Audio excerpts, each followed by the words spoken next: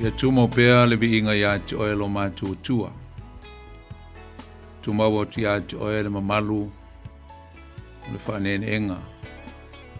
Siri lava oe, oe mawalunga lava oe le tua I mea uma. Lei lava se tasia tua tu Samoa a wauna oe o le tua. Le tua na whaia mea uma lava. Whaia le fōwhanga. Le atu laulau, a maise o mātou na nofo ai. Mātou whaftai le tua o no lei aso mātou ngofi. Mātou amata mai lava le tai ao, si au mai lava le nei fiafilo mātou tua. Mātou tel tonu sa e tausi, sa e leo ma pui pui mātou. Wa leo maulia mai le nei fiafilo manuia. Mātou lia mai le nei taimi whātula ngaina o le mātou pol klame le tua. Sa e tausi ma leo ma pui pui nei mātou te tai mai le mātou whainga amlanga. Wa sa mātou ta apea I au mga luenga e pe ona tofi ai mātou. Ngā lurue, le ngā tō tofi matiute ngā lurue ai. Ia whapea foi ia me masani ai a maisenai o mātou tu a mātutua e nofo I o mātou ainga. A me se foi nai a mātou whanau sa ia o onga. A sa mātou whea I fo I lungo le tele le aso le tua sa lama le oti ai mātou. Whaaftei tele le tua. Wa le o mātou lia mai le ne fiafi le manuia whaaftei ta mā. Mātou wala watu le tua. Mana o mia lava lau sosa ni mai. Ma futa mai lo nganga le ne fiafi e te itolo ina I mātou. Ala le mātou whalongolongo. Ala foi le mātou o nanga le ne fiafi. Whau le whalongolongo lau whanau. Whau le mai tau mai, ma le mai mo mai, le whalongolongo, a maise o le pu eina le tua lau upu le ne fiafi. Ina I o mātou tau whaitufi lau, iau whamanianga whalenganga le fiafi. Whailawa le mwhamanianga mo I mātou. Talo le tua ia, whau mai fo ia te au na se au auna. Pea uma fo il ngā ruenga le nei fiafi. Ia tu mau pe ia te oe le vi inga o le whamanu, o le whanitanga e mai whatau waa ia I mātou. Whamanu ia le mātou maftanga le nei fiafi, e ala I lau a fionga pe ia. Ua ti talo tuai, ala ia Yesu. Amen. Talo fatu le nei fiafi le pa ia male mamalo si o tātua tunu, Samoa I lau whasau saunga. Ma lo lava le soifo, maua malalangi mama. A talo fatu male ngang whaaloalo I le, pa ia male mamalo si o tātua tunu, tupu mai e. Ia tu asin sina o nai o tātua. Ta mamati nā mātutua. Ia e mese foi o au nā le tua mauto masiofo. Fe lava se whatawhai taulanga ia, po fe foi se atunu o e mai moma iai whatalo fatu ia te oe. Soafo Yesu, lau whainga luenga pa ia le tua. Nai o tātou tu a mātutua, ia, whatalo whai a tu tau, mā lo lava le, whai o le whaiva mā lo le talo. Whatalo whai le, pa ia male malo si o tātou tunu, e mese lau whai nisi o lo i tono mōta ngase ngase. Nisi o lo I tono whai pui pui, ia whapena whai, lau whainga luenga le nei fiafi. Nisi o lo ngā lulue I tonu o whainga luenga. Ngā te whai leo tonu o ainga, mauta malao. Ia o lunga whai o le ala tele o ngā lulue le malo le tunu. Tiu te mawhaiva o le nei whai fiafi whatalofa atu ia tu tau. Ia e ngā te whai le whatalofa I le ia o si o tātou tunu o lo au maumano nofo solo I a tunu ese o le nei lololangi. A whai o e mafuta mai le tātou pol klame. Whatalofa atu ia toe. Ia le tua mo le nei maftanga. Ia o whese a tunu o lo e ma a mai moma iai.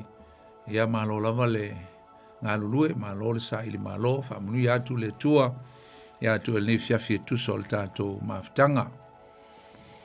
O le nei fui fiafi e whatalofa I le mamalu le tunu o lo asiasi mai fo ia, nisi o lo asiasi mai mai e tunu mao, Australia, Amerika, ngā te fui lea o Samoa si o tātou tunu pele, po whea lava se atunu o lo e asiasi mai ai tonu o aukilani nei, ia me se fo New Zealand.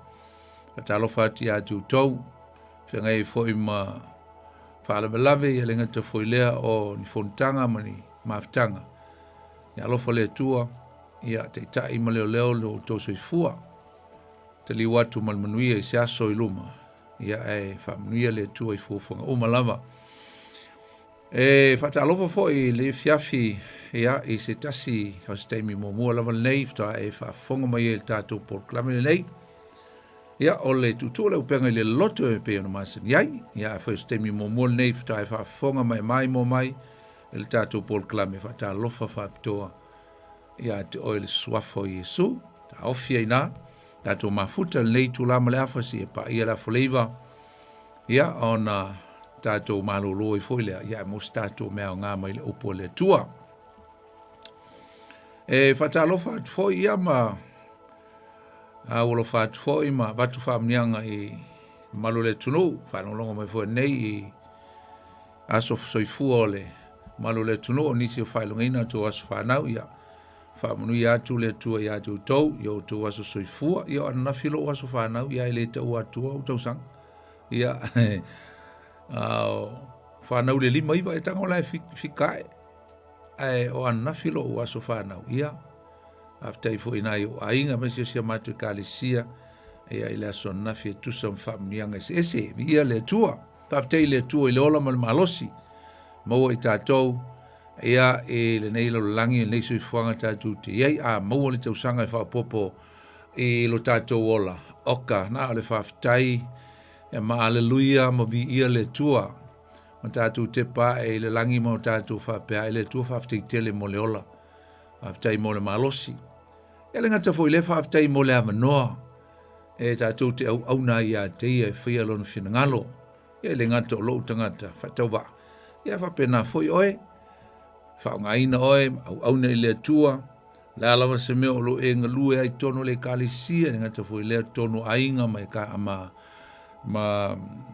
nuu ma la fanga mfa la puputonga ese ia na lau tua le na fai fa mauni wa o to finga uma e mai le tua tau nei fa manuia le tua le malo le tunu le fiafi ala le tatou maftanga mal tatou por klame fa solo ta lo fo sunga ya sau manga lu fa tasi le fiafi malo sau ngalue ia o tatou por klame tu le Upega ile Loloto ia o le tala no ile fionga pe ia le tua e o tele ana o por klame le fai nei ia e kiriva tu fa ia onga e wao e o nisi fo yo au na le tua ia ese fo ile la tau methe po le metutia ia au tififia la vau ia tel noa ia mauli ili le fiong pe ia le tua wa le sile awala me fai no tatou maua fa mnianga fa le nganga o le mala malama ile fiong pe ia le tua ele se ato toa o le tua na o ia ile ato toa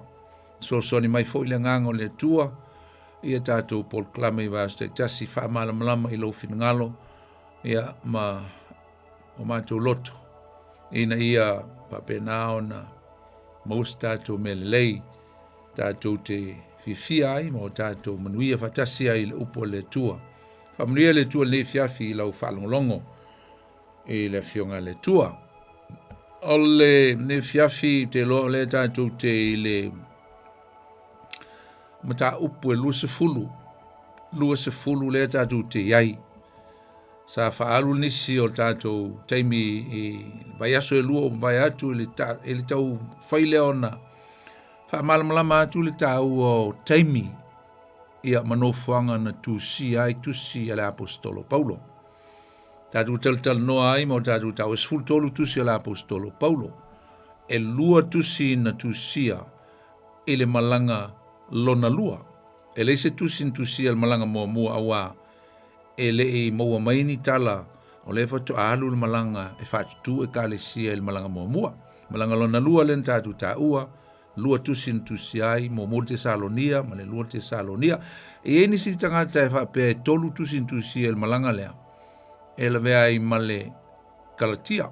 E wani si e lifa e manatu o le Kalatia na mua tusi. E le teimi na ua uma mai le fono mai Jerusalem mai le mtaupu suma lima. Ia au siau tel tonunga. Ia o le Kalatia na mata ai tusi ale apostolo e lana malanga wha misionare lona tolu. le tātou tā ua. E le vaso te nei, luinga la o le kalatia, mo mol kornito, so ai ma le lua kornito le tātou tala noa ai, e le vaso le te nei. Ale tusi muli muli lava le apostolo Paulo na tusi ai, mai kornito e ave i le kalesia Roma, lo ringa la e wha i ei tusi, na tusi ala apostolo Paulo, a o iai lana malanga wha missionare lo na tolu. Na umalon tusi a Roma, wha sanga no Paulo anga Yerusalema. Mo fialu Yerusalema e tultuli, ia le sauninga o le Pentekoso. Ia mamamoli atu le mea lofa, mai e kalesia po le auso pele, sa ia oina, patasi malana o whengaluenga. Le ai fialu, ia mamamoli atu i le auso Yerusalema o loo. Ia ile mativa, ia le mana mia so soani, ia ona le mativa, ona le tele o whare. Lave me se mafuie, tono Yerusalema. A le mataupu e lusfolu, ia, ta tia lai si tusi a wa, e ono tusi na o talanoa tuai, le wau ta ua. Ai ei si tusi, pe amalefitu, tusi la ia, tatu te talanoa i si teimi mulmuli. Ia, le lo foi pe tatu te pa ine iai, tusi e fa, tusi e tono le falpui Roma, e se fulu iai. Ia, maisi la tusi e tolu, e a toa Yesu fulu tolu o tusi la apostolo. Na ia tusia i lana whanau, wha le nganga lea wa vea matoe ina, po faife au o Timoteo, ia matito. Lua tusi a Timoteo, ma le tusi a Tito, tolu tusi mulmuli, ia ona. Umailo leo tusi sfumal tolu le apostolo Paulo. O le mata upu e lusfulu. O leo wa mata ona fatutu ia nga ile apostolo Paulo manao ina ia babe ona luese mai tonu o Asia le titi ai la fasanga anga i Yerusalema. O le mata upu e lusfulu na amata mai lava ile papea ua uma le ta'alili vale. Matuli foi sa iei Paulo i tono Efeso na tupu ai ia le vesi, len tatu talanoa i le vaso mtu atu. Sa tupu le vesi ono le au whengaluenga fole i tonu o le malu o Diana, po Tiana. Le na tupu le vesi ia na le lai amata mai iei le whaatatanga i le whaipumomua o le mtabulus hulu whamai ua uma le ta'alili vale. Le mea le na tupu i Efeso. Whamai ona ami le Paulo o le au so. Ma wha vai atu ia te la tau, o na alu lea o ia wa alu atu i Makedonia, wanga i Makedonia. Le la walu ese mai Efeso, le wa alu anga i Makedonia. Mai utua na ia nuu, o uma foi o na po i atu ia te la tau i upu e tele, o na po lea, o na o lea o ia i Eleni.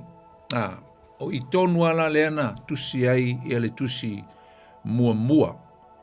I le malanga lona tolu, o le tusi le kalatia, ne ta umai i Eleni a o Efeso, o Eleni na ta umai na, ai mataulia fo i Efeso, e to tonu o Asia le titi, ia o le atu Eleni, o ina ia i ma Efeso, loinga la o tonu, o i tonu lama lea na tusi mai ai, ia le tusi lea, mai to tonu Eleni, ia po le vaenga fo i o Asia le titi, le iai foi ma Efeso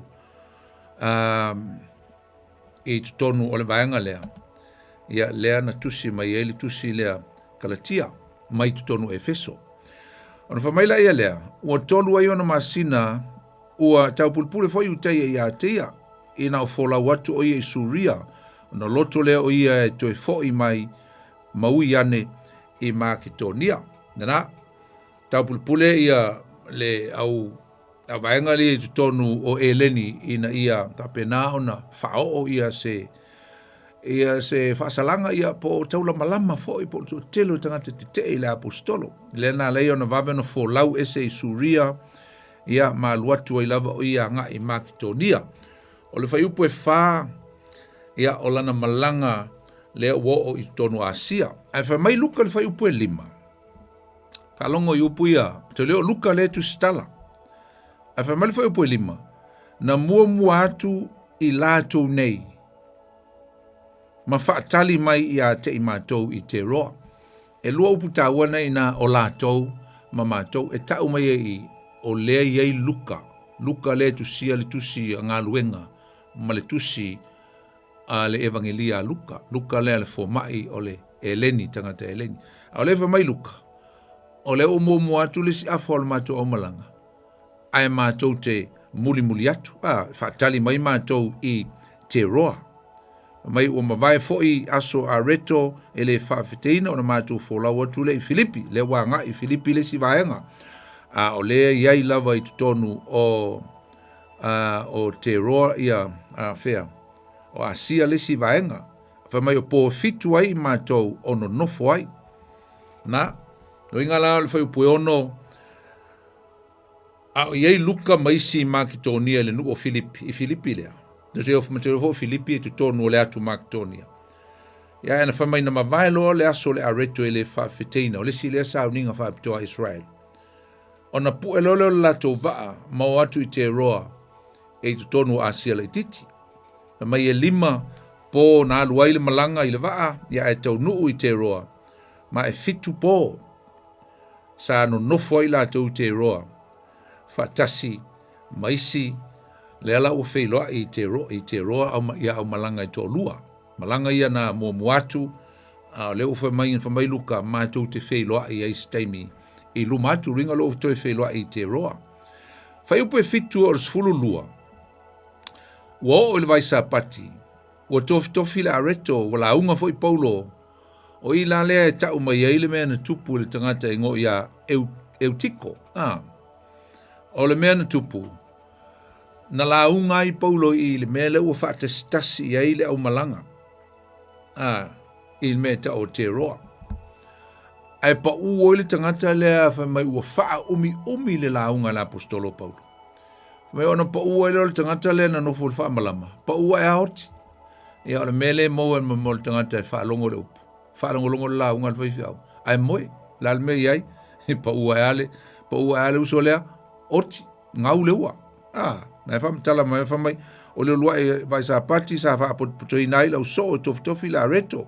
O mai le upe valu fa mai ua tele fo i la mepa i le afea o pito lunga. Ua poto ai la. Tō au whaitau e le mele, fa mai ua tele la mepa. Lo inga masalo o tangata ngepis tangata o matapongia i le asu o mo meo o moli sela, fa mai o la mepa. Ia po le mea ua fia moea, ua mata moea ma ua langona ai lona le la va ma lona fia moe tele. Pa ua ea ngau le ua. Na, familia, sa nofo foi le tasi tau le lea o eutiko le ingoa, i le wha malama. Famai ua maua e le moe ngasi. Ua loa foi le launga a Paulo. Ua o lava i a teia le moe lungawinga. Ua umi le launga, ua makua moea. E ila isi kaka i kongo i kalesi, e wha le fie i mo le launga umi ia. Ia umi kele fu le manga ia ai ma au kelo kele ro por ale umi le launga la apostolo luinga o mo umi ai ja wa umi kele nga ngofor nga ka nge lunga fa malama ua moe fa mai ua matua moea o ia fa mai ona pa ui fole o ia mai lunga i le tolu o pae o le fale lo luinga o le tolu o pae o le tolu o atunga fale ai pa la lo tanga lea ma taulia fa le fa malama le no fo lo luinga o pa fa fo o pa fa le pa mai tonu ai pa fa langa le ta mai le atu nga fa le luinga o se fa le fonga fa ko e le lo po le alma waluma o pa ai o ia fa mai oti ai ia mai ona lui fo le apostolo o fa o lunga ia teia o fusi fo ia teia ia ona fa tu le apostolo Paulo i tangata i ftangisi le ila ka maleng pa ula unga le umion la unga o moe mai sole so ia tu te ftangisi aisa o lo o ia te ia lona ola he is still alive so stop your lamentation because the man is still alive me kau kia na ia on o mai lole i le fai po sul tolu mar sul mal fa anga sul fitu sul ono Le la ua fo lau atu loa luka. O luka lea e whai mai ili whai po suma le tolu. E tusa o lana wha o punga wha mai, ua mātou, we, not them. Lo inga lua vaenga i e vavae e paulo le au malanga i le vaenga lea. Ale lua. Alo lo inga o le tala noa mai i a luka le tustala. E le lopo ua ofa atasi, e tusa o malana wha matalanga. Ua mātou mua foi i le vaa. Alo lo inga ua mātou mua le vaa. E le aila e le ofa atasi. E se le vaenga le ua mua. Whamai ua mātou fola watu i aso. A mātou talia mai, whamai ua mātou talia mai po mātou whaatali mai ei paulo. A wana whapeo na saunia eia e ui a uta o ia. Ai whaingal to ina a. Nau peo na whātul to inga. O so o tau i le vaa. A o a malisi vaenga. Mātou te, we are going to take the inland. Na mātou sāwali atu i lau whanua. A o tau pu e le vaa. Luinga, e alu ale mafau fau o paulo i tangata sa ia ta lai mai ia ave ia ile fa o le tanga mua lai fi alu e asima to yo ia i familia wa toi fo lau atu i la tou wo i ma tou le tai au i ngā tai o kioi ona ma tou o le tasi aso i Samoa ona nofo i ma tou i tokulio ona o leo i ma tou i le isi aso le aso na soai i le nuu e tau o meleto. Awa ua manatu paulo, whalongo. Awa ua manatu paulo, e fō lauloa e le afe i Efeso. Ina ne i wha leva o lona nofo i Asia. Awa o lo wha vave o ia. Pe mawhai o na o i Jerusalema i le aso o le Pentekoso. Le lau e meleto le o malanga. O le o toi whailoa i ai ma paulo le na ui au tatu. O toi sui, whoringa mai na toi sui e paulo lana plan. O le plan na paulo, na tuu e oso au tatu, ma toi fia o anga i Efeso. Ai peita iane, wa le mawhai, wa le mana o paulo e toi o i Efeso. E eni mafuanga se lua o le ute loana lai ona sui e paulo le plan o le mea. O le aso lea. O le waitau lea. Momua. Alu Efeso. O le a umina iai a sia le titi. O le a whaatua iai a tonu o le a ia le mau atu ia le sauninga o le Pentekoso i le tausanga lea. Tausanga lea. Matu le fo sauninga ia Israelu. O sauninga e whai ai tausanga uma. Whaasor solo. Le tatu tau nei a le whalawa e le whaafeteina. O le whalawa e le whaafeteina o le sauninga lona lua lea. O le pāseka le sauninga mua lo ringo atea. O le whalawa e le whaafeteina o le sauninga lona lua lea. Le whatoa uma tatu whaitaua. E eila le si sauninga lai titi fo iso soo atuai. O le sauninga e tau o le ulua i fua. A o le sauninga lo na whala lea e fia tuli e la apostolo. O le sauninga o le Pentekoso. Pentekoso fo i lea e le tausanga e tolu lea na a fio i whaile nganga pa ia. Sauninga le na. Ia au te loa o le teimi lea tatu te tala noa i masalo po le ti a lima lua, lima tolu. Wa mata o nanga i ngai atu ia le teimi o paulo malana malanga mana malanga. A misel malanga muli. I le whai unga o vai tausanga ia. O le si mea na le mana o i paulo e tualu Efeso. Tal tonu sa ele la ngona o paulo. It could be dangerous for him. For his safety. I lona tūlanga saunga le mu. Lea na lei ona le tualu le apostolo i Efeso. Tangata o laela ngona. Laela ngona.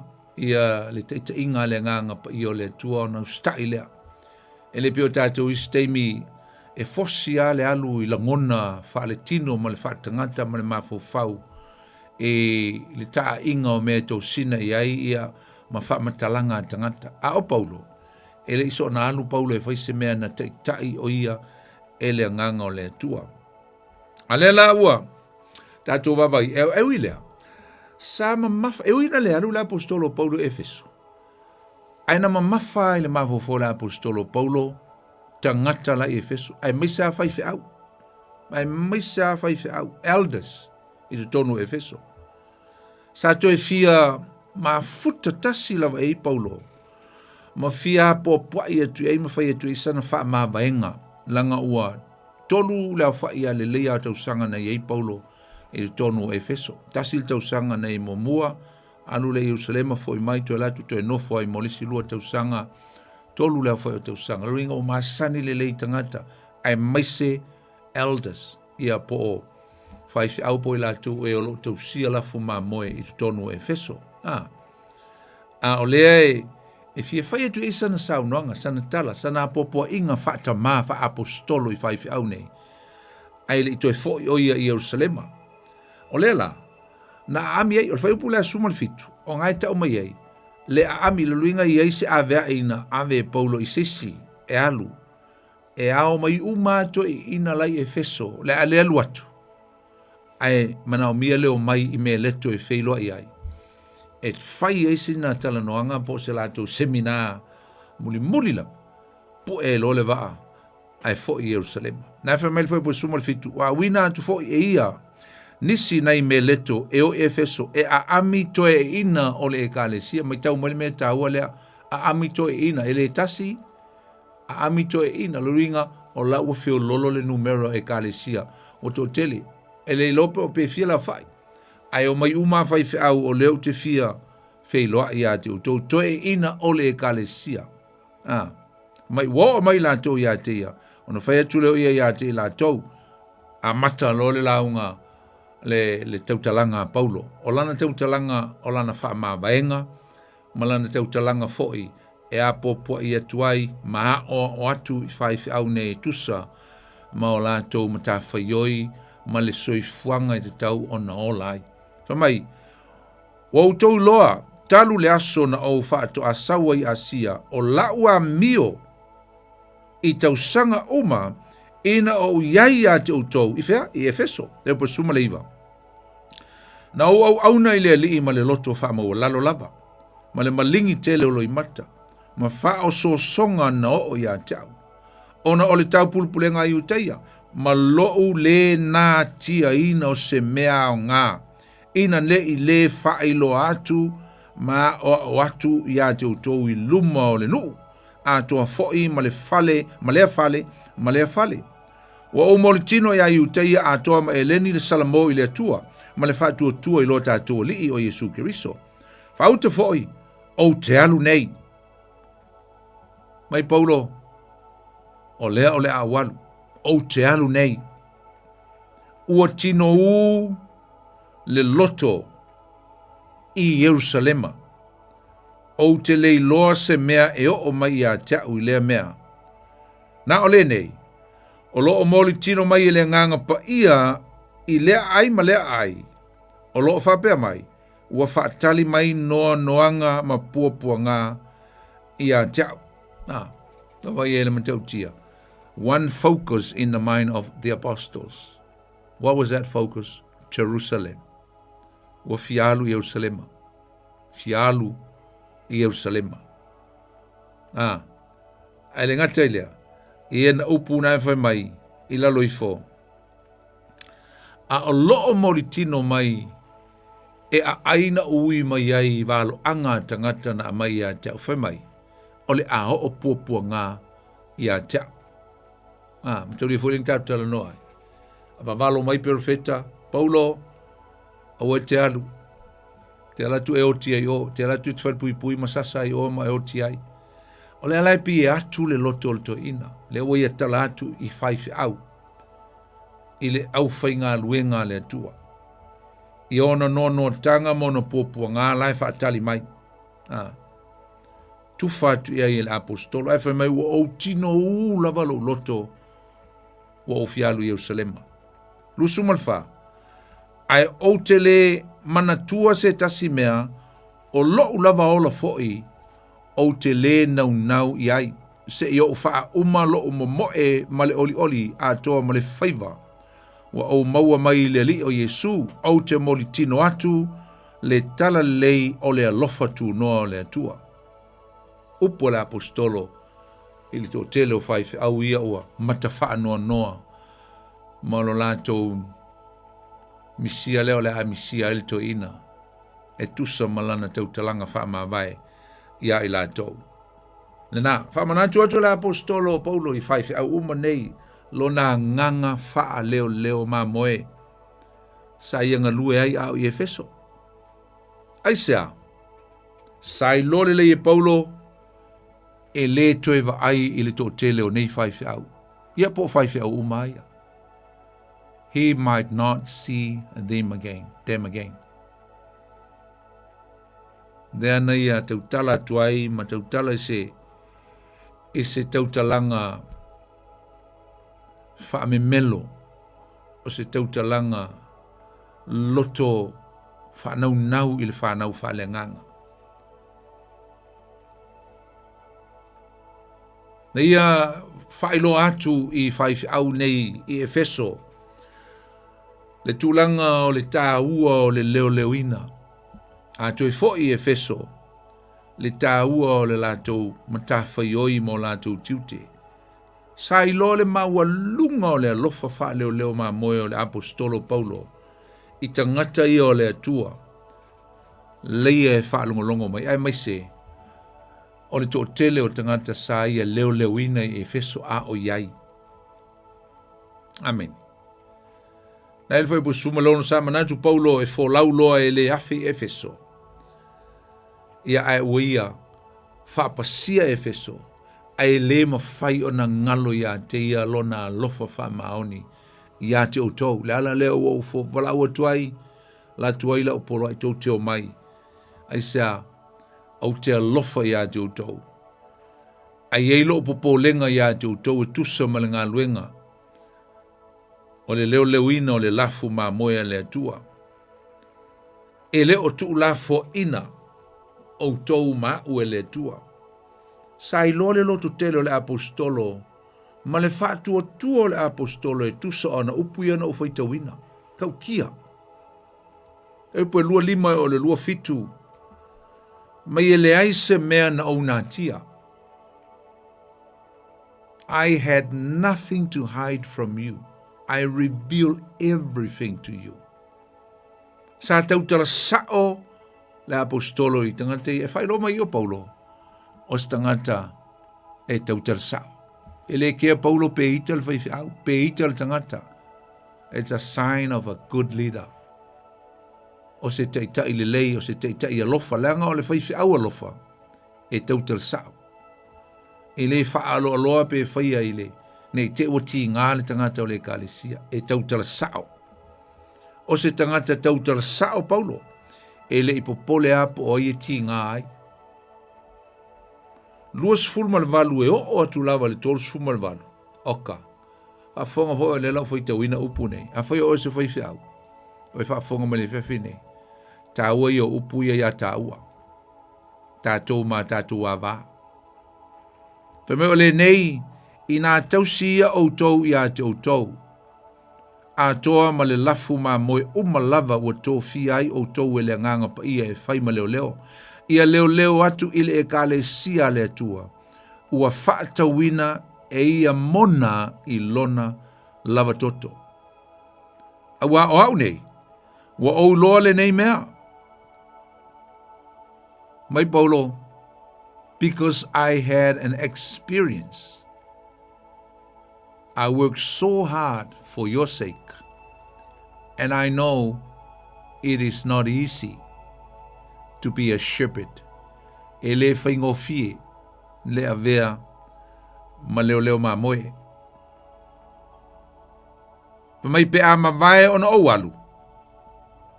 E o mai a te o tau luko sa wā.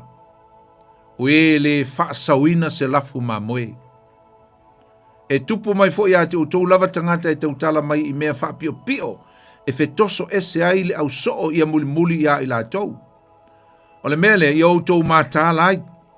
Ma ia manatu e tolu tau sanga o te le i mapu ai i le pō ma le ao i lo ua pua i atu ma loi mata i tangata te i tō tasi.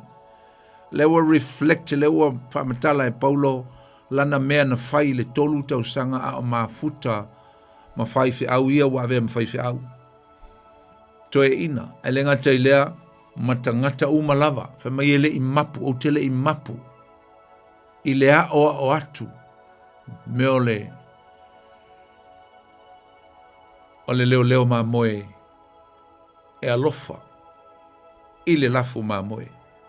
Me o tele I mapu, ki ngā kou whi kaima kou ki ngā mai, ai o tele I tau fia ilo wapo a puai. Ia te o tau, ina ia, whao ngā ina o tau ia o whai mwhai au le ngofo mai lalo. Nero pēn whai atu Paulo, a leo whai au umaisi o tau ia ngā whaalonga kā mai e kia oisea, leanga ngā o le mapu e a o ma o ai o tau. I equipped and mold you with my own palms, with my own hands, so that you will become as you are now. Na ia vea oe matangata lewa e nofo mai whaalongo longo mai a te au laso nei. Mai Paulo, o te lei mapu, o te lei nofo le lei. Nero pēna whai atu Paulo, o te lei kea pēna e whaali I a te au pēnga eita I a te au. Ao tā mafuta I le tolu tau sanga. Wai, bai whala ia lewa e nofo mai lewa, whai o mwhai whiau. Na mai Paulo ea, o eke ke e maana I a au pele ai.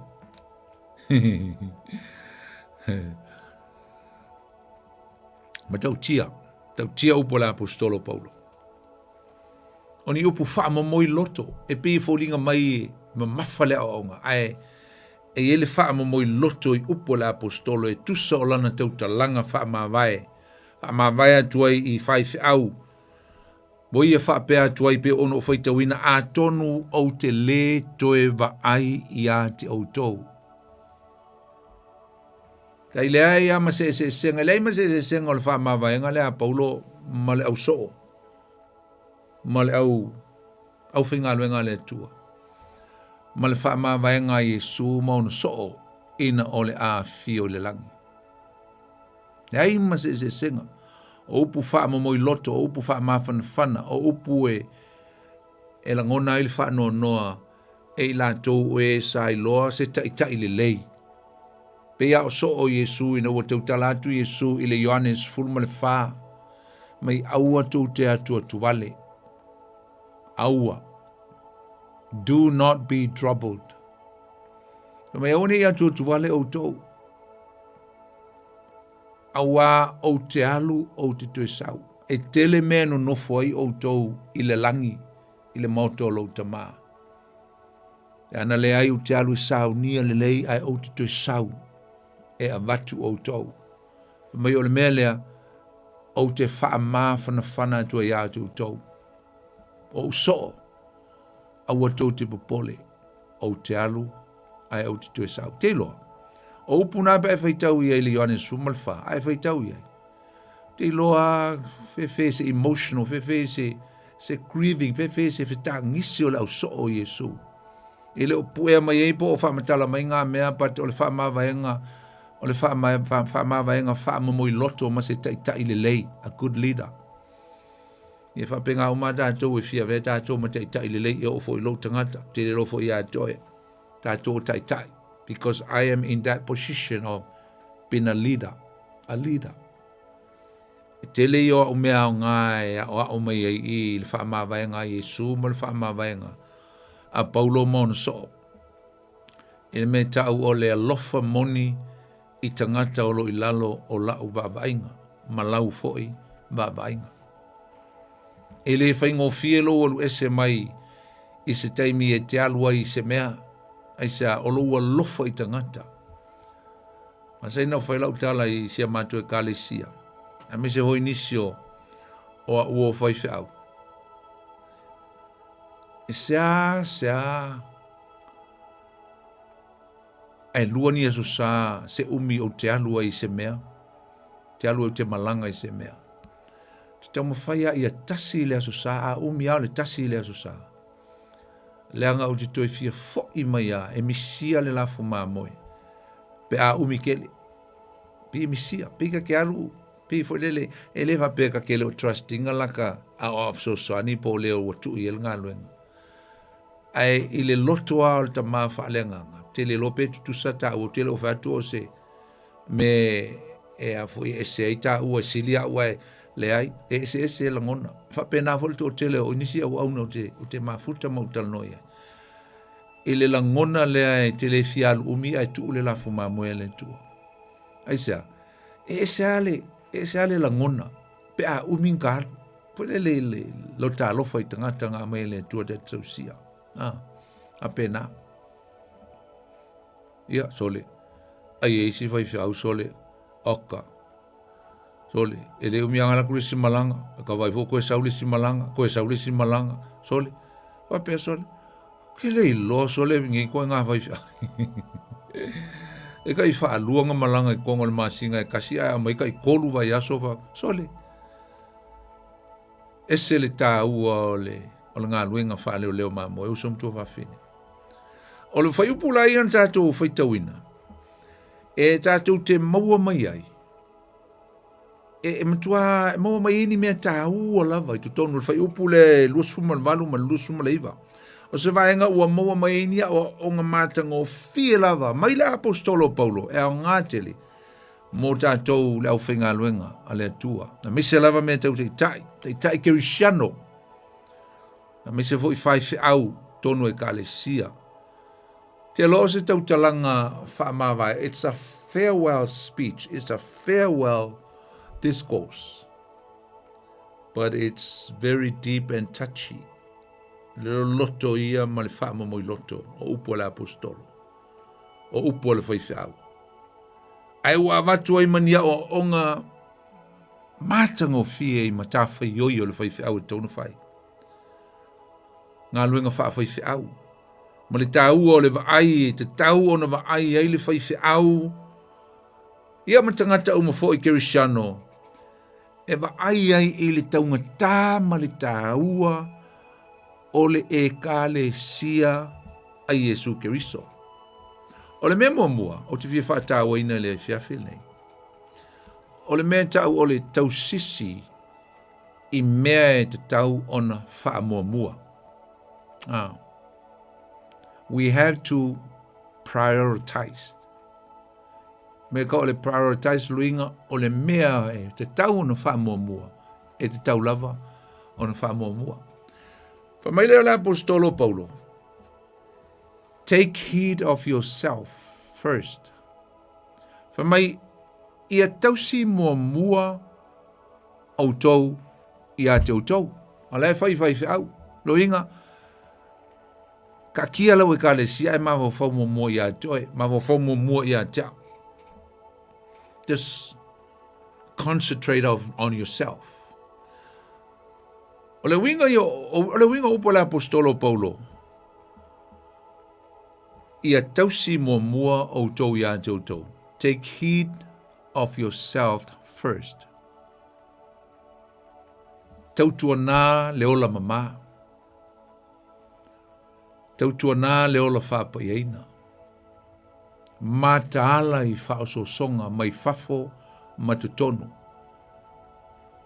Be alert from temptation inwards and outwards. Beware of temptation. Mai e whai tete I whaoso songa. Keep yourself purity from lust. Tausi oe ia e mama whaaleanganga. Mai tu ina naunga. Mai whaoso songa. I le muli lua ma mea uma e awha ai nai oe. O le winga ngā upu mua ia.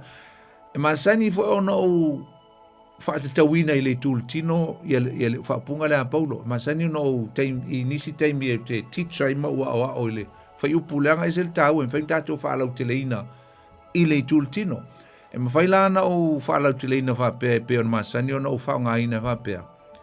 Tausi mua o tau ia te utau. E mawhai whao ngā pala I le tino. Ba ai lo soifua ma lolo ina. Take heed of yourself.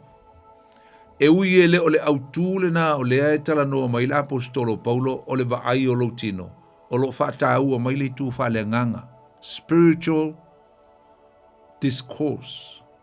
O le lui tau po o le tautalanga e wha le nganga. Tausi mua o tau ia tau. Ale maangai o le upu take heed po o le tausia o tau. E pe ka wa afia tu i fo i ma le tāua o le tino. Awa ale malosi le tino. Wale malosi fo i le au nanga. O le whaatei teinga, a e sela. Ia peke maua fo i ngase tu mau. Ia alo na winga. E watu lo ungu foa pe wakul ko o ima lau. Ia tatia ia langa i o tatu ta mama tutua. Ia i tangata ua loa lo latu tautua. O latu soifua le ngā luenga. Tāle whea ngai ia ili tutu atu lei titi o le nofoa. Ia po le to'o. Ina i te ua mo matapongia le to i ngangla o matua. Matua i le whaiva. Ia o tātou ia to ata i lima se fulu. Ta i whā se fulu mon tupu. A ua sela. O kaule mwhainga manga. Oka. Ta taula ia te oi upu ia la apostolo Paul. E matatou o ma. E o whai a tau. Ia me whoranga e sel tāua i tele ngi meo savati. E tele ala tangata e whai tala fo lele me whai pitau sua i la uko anga fo kia luka polo. Ia e whaalua ele vai aso savali. O maata mrusanga o 5 kilomika e savali oka. Ai ese leo ngā meoli tausia oi. A tele tu atala tangata ia oi ai telo leo ngā se meo leo ngā molo so i fua malolo. Au ke pa polo i ai. Don't care, just ignore it. Do whatever you think that will help to maintain your health condition and maintain your good life. Ina ia umi lo soifua mo lo tatu soifua ea. Kau ke fiwe la unga le upo le tua. Pe a tatu malo losi. Le tino ma le nganga. Ia. Au fo fiu le vale ai fai malo e fiaki. Ai fo mai o au na le tua na mai siaki ta to. Mea. Na nei e tele. Mai fo la au to anga e. Inu fo la au. Ia e wa so swani le tatu malo sia walanga. Le tatu te tupu le matutua. E le o se me fai ngofia fo le me o le fai fiau. Fai o le tinga o le tino, tinga o le mafau, tinga o le loto, tinga ki ngā umame o aisa. Pe a o ngenga so mai, a o ngenga so mai kama. Ia, e te whai atu i te le loto, e ngā mea ke le mwhainga e moi. Salonga e te whaafonga mai o e la wauna le tu, e te lole me leo te whatu, e ke fiu ke whele wai, o le mwhainga e moi aisa. Ngā o a venga ama mea lai, emo mai lo mawo whau, ke leo mea le ngasu man whawhika auli ma mea. E tono ngā luenga, ia me se foi nai o tātou ainga. So, baba ai lu ta baba ai ta to. Famai apostolo Paulo. Vai mo moe. Ono fta ai ele la fuma moe. Ese le ta o le onga apostolo Paulo. Ele mfanta tu fanga ina fa le nganga le kalesia. Pe ale ai mo mota to le upole tua. So we have to take heed of ourselves first. Ia mo tino le ta te au ngā momo ia ta tole upo le tua. Mea langa ia leinga tupu le ola. Fua whale nganga i pe ona yelkal tia lima. Aisea, e alana tupu le wha maoni, ma le alofa, ma le onsai, fi le mu, ma le telo, le ngā o ia. Pu lea le loto ma mea uma whapena. Aisea, langa o lae, wha mai paulo ia tea uma oe. Langa lae mo mua, tausi mo mua oe. Tausi mo mua oe ona ftoa e whaasanga i rolea. Makua i whawhanga le la fuma moe. Ala ua maonga mo mua taua. Taua. O luki whau kia oe o le fuku whaia uia ia. Ia, la. O kako uma. Pui lo loto. E sile me taua. Guard your heart. Pui lo loto. So se whai whiaua. E mana o mia le tausia le lei. e ia o ia, ma va aile lei, ia lo olanga ma lo olanga whaale nganga, ia malosi ma ia puipuia, secure, ma ia sa ole nganga e whai ei mea umalava, good and right motive, e whai ei mea uma, to do everything, ia ma tātua mionga, and look after our conducts, tātua mionga, ina ia, puipui ai, i tātou maile me ka ole burn out, me tau ole, wa umal pingsingi, whale nganga, wale se mea, ma whaina i lo i tātou i whaaso songa, e pa ua i tātou le tino. Ole si mea lea e whai mai la apostolo Paulo e peona u tā ua i nai se kone umwai atu.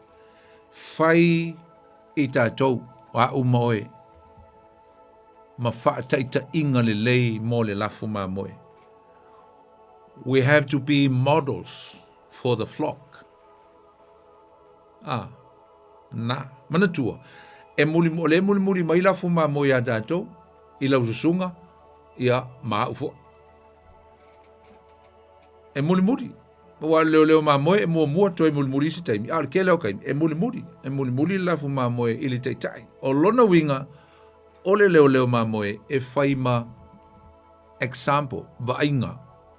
Ma whaate ita inga ili lafu ma moe.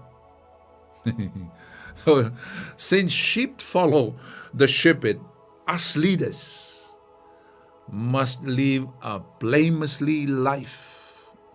As an example for others to follow. E moisi, ina ia muli. Menga e ring whainka kele tātou ngā luenga uso, tu whawhini, ia Yesu. E le whaingo fia ona e, tātou le taun whainwhate ta inga lafu mamoe. Te aloa le si mea tāu le melo na lua, e se le tāu e upune la apostolo Paulo. Mengi o tō whinga whawhai whiau.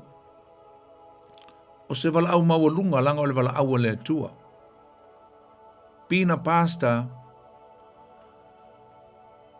is very, very high, and it is a divine call of God. It is a divine calling. O se wala au maua lunga, ai sa, ale na uta awane, ale na ufaita winane, whamai Paulo. Ua tō fiai o tō ele nganga pa ia e whai ma leo ma moe. Pei po lusu malvalu nei upuna. The Holy Spirit has made you overseers. O le nganga pa ia na whai o tau e whai ma taitai. Loringa na wala au ma tō fia tātou ele atua. E ala ilo na nganga pa ia. Atangia mai ei upo la apostolo le nei fiafiu tātou whalongo ei. O whai fe au. Ia ma taitai o ma whaale nganga. Ia po taitai ma whai au moni lava a keriso Yesu. E le na o ni tō whinga whatau waana ia toe. E le na o se tō whinga e pei o isi tiutep ma isi tō whinga whaale lo langi ma mea uma. That's not just a position or a role or a status. E le na o se tōwhinga. E le na o ni ngā ruenga fōi n tātou maua o se tātou poto po se atamai. Le a veo tātou mau au nā le tua. Tātou tele i maua o no se tamau ainga. Tātou tele i maua o no ni whainga pālota i tono o tātou e kālesia. Tātou tele i maua o no se whiliwhilinga a stangata. Tātou tele i maua o no ni fuafuanga na whai e tātou ainga ma e kāle siolo tātou iei a vea tātou mwhai au ele ai. O le tō whinga whawhai au. O le wala au maua lunga le atua. Ia te oe le uso mal tō whini. Ma ufoi ma lo tō lua. Aisa, whai mai Paulo, na tō whia ai o tō e le nganga pa ia. So God chose you. O le wala au le atua. O le wala au e a vea i tātou au auna Ma leo ma moi ma fai o le vala au mawalunga. Ia mana tua usum tua whawhine, na vala au oe le tua. God calls us, you and me. Au ala e te whiu ngō fie. Mana ia i o upu o te whātua wale fo te whai au ia i a tau. Au ala tātou te whawai vai. Tātou whalango lango i le tua i teimi whaingtā langa i teimi whaingtā. I teimi whaingtā e tau tongi ere solo. Oh no, lea mea, lea whawhita auri, tonu ainga, tonu re kālesia. Ai a whai tātou te mana tua o le wala au maulunga le tua. E leo se wala au le tangata al wala au le tua. Wha malu siai au, wha malu siai o e pā tātou mana tua le mena. Poa, whaingtai o mai, tātou wha malu losi. O le mea lon tolu. Wha mai paulu, tau tua nā au tiute. Tau tua nā fo i au tiute. Tiute a? Tiute wha leo mā moe. Just remember your duties as a shepherd. O le wala awa le tua e tātou. E te tauono o tātou.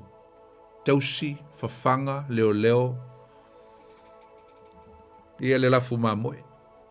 Leango le lafu mā moe le tua. Tō fia ina tātou e tausi le lafu mā moe le tua. We are called to shepherd the church. Wala una le tua e tātou. Dono winga la. Whawhanga le lafu mā moe, whamalmol. Whawhanga le lafu mā moe, le fuk whai au ia. Feed the flock. O le tātou mta whai oile na. A le wha me la apostolo i upu ian o whai tauina. Ave le lafu mā moe le vao. Le vao mua e whawhanga ai le lafu mā moe. I le upu. Lo lolo le tua. Le upu mātango fia le tua. So we have to feed the church with the word of God. We have to come up with some sounding doctrines every day to feed the flock. E whawhangai le lafu mamoe. Nisi e tātou mta whai oi lewe mai la apostolo Paulo, tātou e ta ia ese le lafu mamoe mai mea e leanga ai. We have to guard the flock from dangers. Mai mea e a whaina ai. Nai wha mai wa ai I luko, wha mai a walungei. Mai la apostolo Paulo upingo a walunei. O nao mai leo luko leanga, luko whe ai. A lai tau tala ia o onga se. Lai tau tala ili tele o onga se ia tangata ia o mai Jerusalema. E o mai ma o onga se. Wha mai a mai luko ia. E o mai e mana o e whaaleanga o tau. E mana o e sai o tau ina ia whaina o tau le ola whaaleanganga. Wha mai ia Yesu I ona so. Ioanes fulu lona whai upo isa fulu. O le ngoi e leise mea na sau o ia. E fasi ngoi wha umatia. A thief comes for one reason and one only. To kill, steal and destroy. Destroy who? Destroy the flock. Sau e ngoi fasi wha umatia lau marriage lau ngali. Wha umatia lo mafofau, mau tiute, wha lo tolua oe mea wa watu ele tua ia joe. So we have to be careful from false teaching, false teachers, doctrines. Me se ma o onga se, ma ai ele la fuma moe. Fa te lau pule la. Te lau pule la, alis fuitei. E te mi un kai ka ko ia sau le ko ia sau le ko ia. Don't be easy on your pulpit. Yeah. Na un fautuanga e pula o e lau sunga e lau pulela. O la unga fautuanga. Ia e mantala il tangata e tu o lau pulela. Langa e le tutusa o le lo I lo le o tangata le la unga I tu o lau pulela. You have to know the preacher that is going to stand behind your pulpit and preach. Ke leanga ka ye fio inga fia la unga e le committing I loko. So you have to be careful. Kako matalai. Te lo fatu e ul pulela ai. You have to be careful. You have to be selective. Lo le leitanga te loa tala fia ngai malaua o onga male o onga tu spaia. Awa e saukaka. Ai whalonga ku ngai le fi kawil me lai fa. Ia le mwhinga e kua kao fi lo winga alukaka. A e fiu koe kau konga fikil me le ua. Sa ua le sikaka mai e le ingi se fulua I kongo le loku. Ia. A o enga kia o oris fulua. Ia. Ngā. O longa fa mai longa. O so le mangia la le mea le. Sao la le mea le.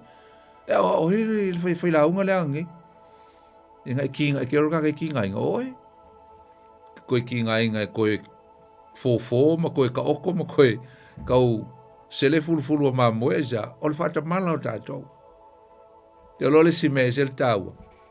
Ia I loe le kalesia, ia I loe tātou. Ia I loe oe le e te whaifiau, loe oe le te tai whale nganga. Tātou uma I pei oa. Ia le tau le kalesia a Yesu. We have to realize the value, the worth of the Church of Jesus. What is the value? Ala le taungata. Te alo le taungata o le kalesia Yesu. O le makua I kaunga. Very, very valuable. Matua I taungata, aisa, ale taungata o Yesu, whamai. Tausi le lei I le lafu ma moe le atua. Na ia whaatauina. He purchased his church with his own blood. Mai wa umana ia whaatauina I lona lava toto. Melanga tatu lo le taungta le kalesia. Tangata iwa mai le tua ia tatu. Oka. Tatu te loa. E le taungofie. E le taungofie le e kalesia a le atua. Amen. Me ia mana tua foi. O lai fai mai na whaatau e le atua e le toto lo nā tali. O inga foi la tatu te loa. Usam tua whawhine. E leo se tatu e kalesia. E leo sau e kalesia. E leo sau e kalesia. O le e kalesia le tua. E wai foi teimi e maanga ia lose mea ia kau ngalo lo le onga le mea ae. E ngalo e tatu ngā kako. We are just steward of God's belonging, God's properties. O mea uma e maise le kalesia Yesu. Na maliu ai ma whaatau lo na toto. O le mea tō tino le tua ele o se mea tātou. We are just stewards o tātou o tangata tausi mea au auna le atua. E wala le vai e kuloa. O papaku I mai le hori anga ngalo lo leo le onga le kalesia. Ma nei a le multiply ma ngai. That's good. That's one of God's principle is to be multiplied. Ia whato tele mai ia whatumuina. A mata mai si mei titi, a mana o le to e multiply. Ma nei e lesi meo ia il to tele. A i ele taimi, a ia tu lo o matango fie me oma. A ngalo ia i tātou, o le e kalesi a Yesu, ia tupu lo le whaala vlave. Esel mana ia pe a tātou loa. Ia le tāua le mena. Ia, mala au poin munmuli. Te loe... E ina isi mea au te loa lava le lima. Ia on tātou oi lo le, tātou noi, tātou kalesia ia e, ma mea na tusi ai, ma taimi na tusi ai. O le mea lona lima, e se le tāu o te le whaiwhi au. O le whamtalanga paulo lea na whai mai. E tātou te loa ai e to te le whaiwhi au, nau mai e le to tasi. The importance of plurality. O le tāua o le mea le to tele o le au whainga luenga. To tele o le au whainga luenga e ngā lulue whaatasi. Na mai a ami to e ina e le tasi to tele e bluro. E o mai se i o utala noa atu i to e ina ia. O lono winga e to tele ai le na o le to tasi. O le matanga o fie leo se mea. Ai ngā lulue whaatasi ni tangata se to tele. Ai ngā lulue i le loto ngā tasi. Team effort. Work together as a team. Ngā lulue whaatasi o se au. O se maenga e au whaatasi. E tō tele. Ai eile whea alofani. O le tō tele o whai whea au. O le ata lea o le whaamonu e inga o le ngā luenga i tonu Efeso. It's good to have so many pastors that came and listened to Paul. E ilo ai lea lualu o le ngā luenga i Efeso. O le mea o lai ai lea tua whawhine o tiana e te misi ma le tele o tupua ma tangata e na whee e sili le tiana i Efeso, e sili le oti i le ola, e sili le maalai e le manuia. A o lea whai mai, e le tasi se whai whiau. E tō tele whai whiau no mai. Le mānei o le tō tele o whai whiau e o mai.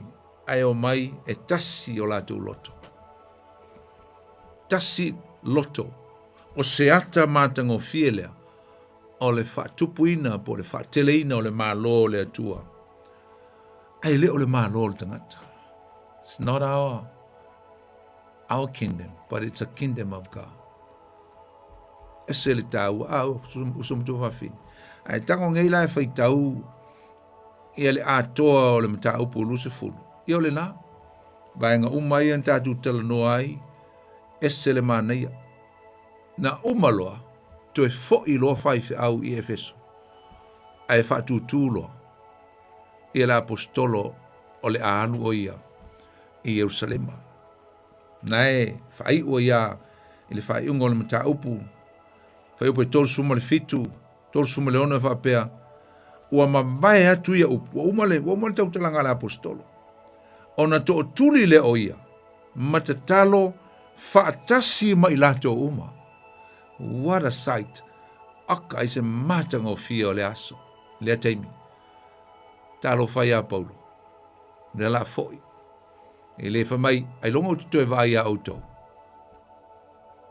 Ai whamau o tō turi la apostolo. Tō tuturi uma ma whai whia au ia ngomai. Ma le mawhitanga. Ai ta talo le apostolo. Te lola al mana i hol whai pui tōru sumal fitu. Ua whetā ngisi tele i la tō uma lava. They were weeping and lament. Wa awenga. Whetā ngisi. Lo ingo le tangi tele. Whetā ngisi tele. Lo ingo makua kangi a le kangi ngaka i kangi. Kangi leo kele. Tangi moni. E lo le tangi pepelo. Tangi alofa moni le apostolo to ina le la. Alafu e kangi ma Paulo ia. Tangi Paulo isa. Alefa mai whetā ngisi tele. Lo ingo o fusinga ma loi mata o le whaanoa noa. Nela alu to ina. Nela alu la apostolo. Te mai ua fusi a Paulo. Fitangi si uma le to telo i la tu sai. Te mai ua fusi a Paulo. Ma fea songi a te ia. Te mai ua sili lavalo la tau ti ngā, ele o le ti ngā ita. A le mafatia. Sili lo la tau ti ngā, i lea upu ua i e whai e tuai. La tau te lei loa ona mata. Ua mafatia o la tau loto i upo la apostolo le whatu. A tonu e te le to e vai a tau tau. I'm probably not going to see you again. I'm heading back to Jerusalem. This might be our last moment. But I have to say goodbye. Whita ngisi fusi, whema wa siri lo lātou tīna. Ona o ana upu. A upu. O upu ia. La tau te le toi loa atu ona mata. Ona momoli lea e I la tau ia te ia I le vaa. Maalu lo le apostolo. Then he left in tears I loi mata.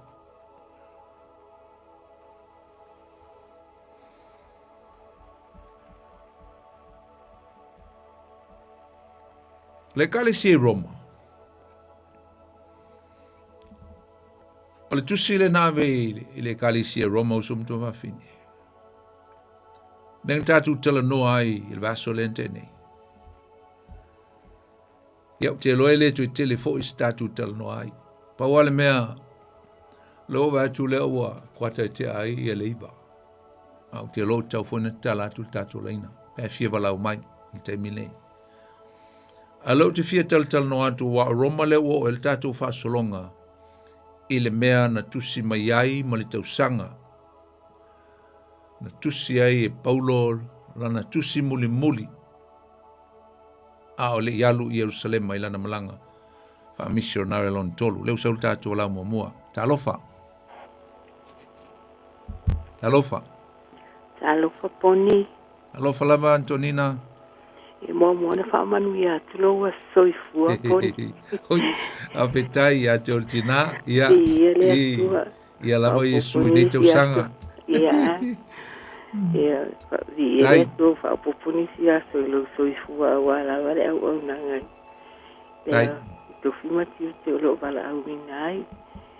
Ai esa le mana I po kalame fo ni tula le afiasi. E la ngona fo le oti al ma fo. Pea paisa uati e fa ma vaenga fo ia Paulo. Ia. Ke te ona e sauno fo ia moni o la fatu sa ile au failot. Ia e la ve o mai ata so. Mariela. Vai. Ia o ina I fo ma tu tanga tai e tu sia Paulo lo o mai. Fa stai tele la mo fa masala. Au ili ngau le matau. Le me mana ia. Ia e mele fa mana tu mai au le lotu au mila mo al foi sia o ni mo moi. Ia wa le mela le tu le moi te o pa u I foi la. Ia la tile pa u le neto na mo ina o ti ale ni te fa o Paulo le to o la. Ia te mate ala al tanga to le apa u ia le ole ura le o le fonga fa tolu le pa u e pa u fafo ala tu la apostolo to e fa o I to e ola ai ala te me ma tau tia fo le me I te u fa pe asi sia te fa u e ola ia ma tau tia fo le va venga na pa ia le apostolo e fa stai ti le la poni mo le mata u puta u nei fo ti la le afi e mo le atile nga fa stai ti sa fa malo si fo nei por kalame to au nga telefoni mal mai le afionga le atua ia leli te tele na lo fongi le atua tai a Georgina ele mau tele la sunga wala va fa mal mai no na afionga ai lo fatele mo o e mal fle tua mal no falo te tele mo fa mianga o I sau o lo tu mo le foi alo fa tu manu ele afia ia to fela foi leva ia so Tonina lo fatele atu pa se fua Atalo falta tu lau talofa Alofa la sua fonki. Alofa tol tomale au. O mai oi. Lainga. Yo mo wi ala fa afkai. Afkai mole. Fa malam la mo pe ya la ka le sa ofisili ke fa ki o le sa ofisili pa wan me ke mo va kur fa afkai mal fa malo. Wow. O mo wa lo malam la ma ngai me.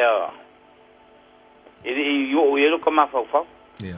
A le buka malam la mariki de me o peonga e. Dana kamun mun ka ile ka ko kala. Tai. Ya wanga fa ka wal ku ia. A pe ya se me foi sa maru su maru ai o. Malam la mai ia fa fa kere la sunga ta penga. Te tele la vai tol tama. O ia de ko mai a lo fangia fa kumula u. Te tele. Yuke ma. Ya u fe ai mala u fio. Ia fa tai e tol tama. Toi felo ai foi. Alo fa tele atu. Toi malainga ia soi foi ia. Ia soi foi ia. Fa soi. Talo fa tatu la, talofa. Malo. Whaftai mo lava ngoa. Ia, oile sau no, whamole lava. Tui. Lui. Tui. Talofa tui. Ia, soi fua maua I lau sunga le whawhengen kaulan. E ke le yo. Ke le whawhakau koe maua ngea mo ngei po koe maua koe po kalame. O le ke le yo me ianga maua I lau saungonga. Whakau po kalame ngei po. E fia wako se langonga ia aise I wako whapupu ia se mangaku. O le lewa ianga ungofongofo ngā oa umau uala ngonga ia. I me ia wa saungo I lau sunga le po ngei pon. Ao ila o leo wa ukarikonga o se fe aue a mai le li ilo uaka ngaka. Au wa mawhai fo inga whingā ngalo le li o se fe aue mwhinga ngalo. E mo mori fo I le larolangi a koa o e mwhainga mara malama I po ngei. O ngā o leo wa konfirmi e ka kaunga mori fe au lea. O mea ia pi fo lele mga whakawaa iai, pe o mea nga e saungo iai poni. O leo ko waa mai o leo whainga luenga. Ia malaunga I ko kongo kako e kālesia. E kako kele mo musu I le mea lea. Moni lau. Kako kele mo musu ai. A le maa ngai ai o le mea nga e saungo iai. A maua ava ngoa lau sunga ke malanga I ngi wala uria po a ngi mefi. O le ngā ruenga. Pe I fo ilele ke le manga oe uminga I ku ua le lafu maa moe le lima le kālesia. Ai pe o langonga fo ina ngā. E ofo fo ika ia. I fai fe au e mawhai o ngā umi kai me ko e se ai ma e kālesia ngā. Mala au ngai. Amen. O ke le wha masingo mai e pe le pe ang ka whai a. Ka ke le e le wha pe kako ke mumusu ia wangoa ia. Ai pe I o le langonga ngā. O le popo lenga e sa ngoi ai. O le popo lenga kongu ngā nguka ngofo mkaika. O le au whainga ruenga le li ua kausi nguu ma kausia e kālesia. E ka kaunga whae keke. A wai le wha apea e le anga lau ko wa mai whiwhi au. A le popo lenga. E ese mea ia o ai. Moni lava. Ese. O le ala le ai lau susunga I ko kongu fo lau e kālesia. Whai ma whakaika inga. Ai sau la le si whiwhi au I oe. O lo ke kalango I me fo I e. Pei o le mele ua maua I lau susunga. O se furuai. Lea e o kongo o ka kou e kālesia ma ngisi e kālesia. Whai le se furuai langa laifa mai le fionga le li whai. Ai o mai si whiwhi au whapea mai au al whaia. O mea nganga o pai nga o la whai ma ai la kungu e whaia. O le popolenga, o le mela le la kupu I le melea. E la unga la whiwhi au lea. O ngā alu leo ngaia. Ai ki ngā inga lau susunga I koe kau wha maupupo mai lau lo. Kau sui masa sai. O aso ngei. O koe ngā whi au ngei. Ua makua I mga o mia le au refia ngā lulue. E makua I mga o mia o au wala fo ia la ka mo faile si fai au. E su e aingi ka ngaka o langa au roko. O le fai ke ngala. Ia kua ia la lau ko waa mai o le au fai au. O le au fai ngā ruenga. A wae se a kupu. A o le mea piko siringa le anga le ua kupu di kaiminge. O le whao ngā inga o runga o fisoka inga. Peila o le mea ngā e whae keke kalo sia ia I le alofa o le li. Ia makua I kuma losi le au whai ngā ruenga. Wa o le mea le popole ia. Ia o le koe ngā mela lea. Ia o kou si kai o kou kai. Le fionga le li lea. A whai lai whai mai le kai le ai. A o lai whai mai le fionga le li I oe. O le fesiri. A ka ko wola I le langi ka ko kuru mo ngofo ali I whamasinga. O ila a play mi le melea. O ia play mi le melea. Ai o popole la ke lea nga poni. O lea ya ku ngalu I lo ka whaafikai o le wa wha upu po ngele mesa ka ngofo mkaika. Le ka wa leba ka ngofo mkaika. O lea ko wa mai o nga wha se inga I leo le meo lea o le se au kongolanga I kālesia. Langa o aso ngei. Wa o la whai ngā ruenga le riku loua. Wa pea o le melele whai o so e mariu lele whai le si makai lungo whangwaka. Sao le. Ioe. E alu e kū fo la I le whai au la wangoa. Langa o la fo I whai arua inga ia. Ia.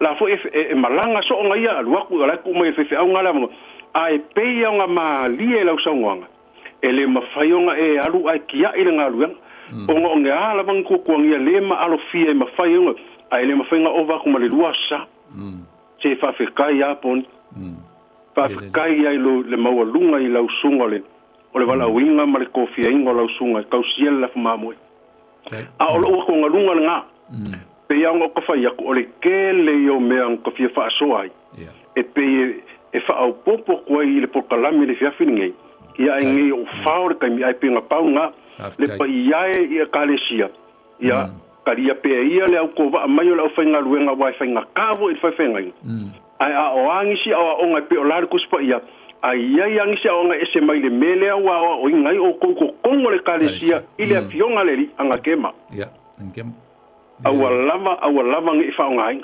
usikai pe yo ko kai ka yes a sa ilingo si nga i masa ilingo nga ka isi e kalesia ia ka sa ili mai lungo le kio ka sa ili mai lungo isi por kala mi lungo Facebook ngo isi mea e fa se ngai me wa o inga ko kongo ka ko kalesia ia pe o le singa me anga kema au ngi fa longo ingis o ia makua i yo le ko fi fa ngolongo e por kala mi o mai lungo ia so sa ia o mai ngi e la ko ke ave se ai fa mai isala e fa ia le melea ia la me ngalinga ku kong ku spa ia pa mo le fiong o le fenga in kuai wa ma la me ngalinga o mai la me ngalinga o mai yo e pe o le fesili nga ia le mela le e fa fe kai ko le sunga o ma fa nga fa o pu me o le von kong fongo fom kai tai tui ai ka musu e fa leo ia e pa o finga le e ka ka wa fa leo ia le Taftai le finanga mo mo fie. Toi fe lai foi vai aso tato. Ya wole le taftai mo la mo mo ia le taftai tui ase fo.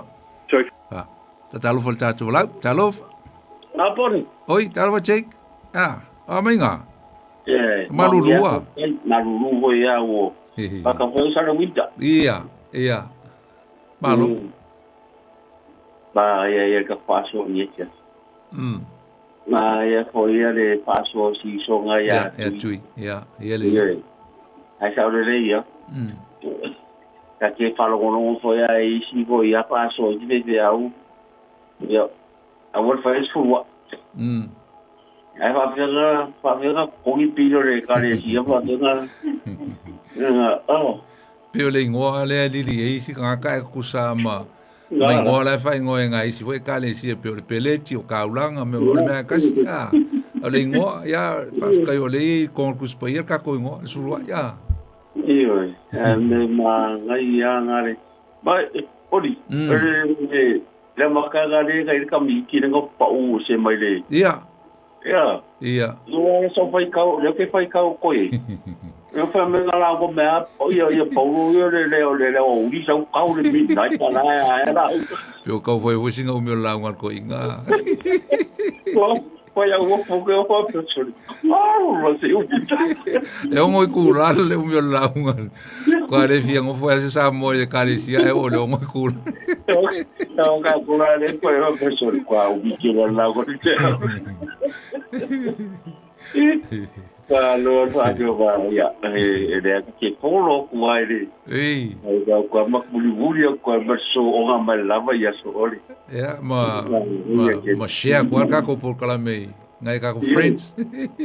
Yes, no, kai pun kai boleh nget ya. Ya, boleh le, alo fatira kau foi leva yaso. Ya, saya nak foi leva yaso. Ya, okay, ya, fa. Se foi, check.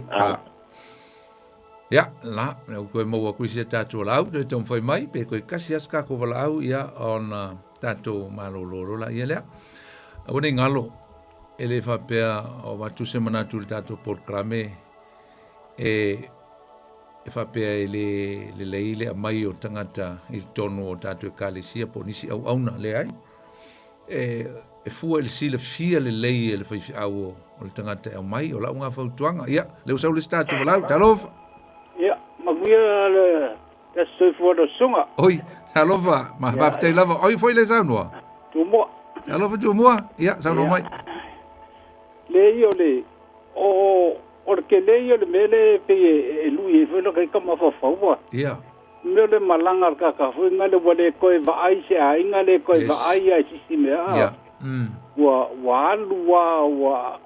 E sa o me o ka Alua e oti, e okia ia mo. Ia o e fa ma vai nga le nga la we le ki o fe ka si o go ri ko fa ri. Yes. Me no ma fa kia ri. Mo i lava. O le me foi le nga mo ki ska ma fu nga. Ia. Ia. O i jo e po ia. Ia. Lenga pa u. Fa fe kai foi me ka le fa uma. Ia. Ia, ka kalo ola. Ia fa pela fe se vunga. Ia ka kalo ia bo re fe kalo de se vunga de ska mi kinga de ski no.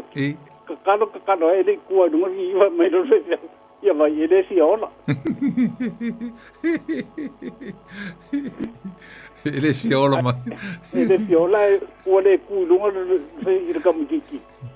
Ia, fa fe ka ia pongi. Tai do moa, tai va so fu la ele va yaso.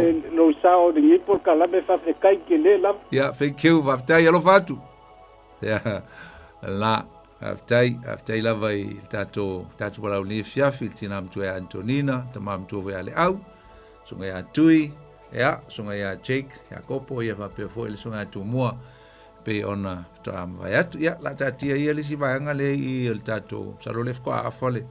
Men tu e faine ia a o te lo ia o se tatu tal no ia le vai aso i tulanga o mena tusi mai tusi e toi pe o le Roma ia tatu fa solo tu role tusi mai tono fal pui ma fuanga purposes ia ma themes ia po autu ia e wa fo il fio tatu maftanga e mai se lava pa anga masani o lo alo lofa ma tau muli ia e le nei Paul Kalame o le tutu o le Upega ile Loloto le ata tu talo ma tu vi o ele tua a te tele lava i la upu tai o fiong fa wina ma tu fa longo ia o ina le fiafi taua o ni tala mena tupu ia le o ma tu tala no ai pe lava ni me na ftoa tupu ma na ma tu iai ona o le felesio la upu ma le matanga fia o onga o mato mo mai ai.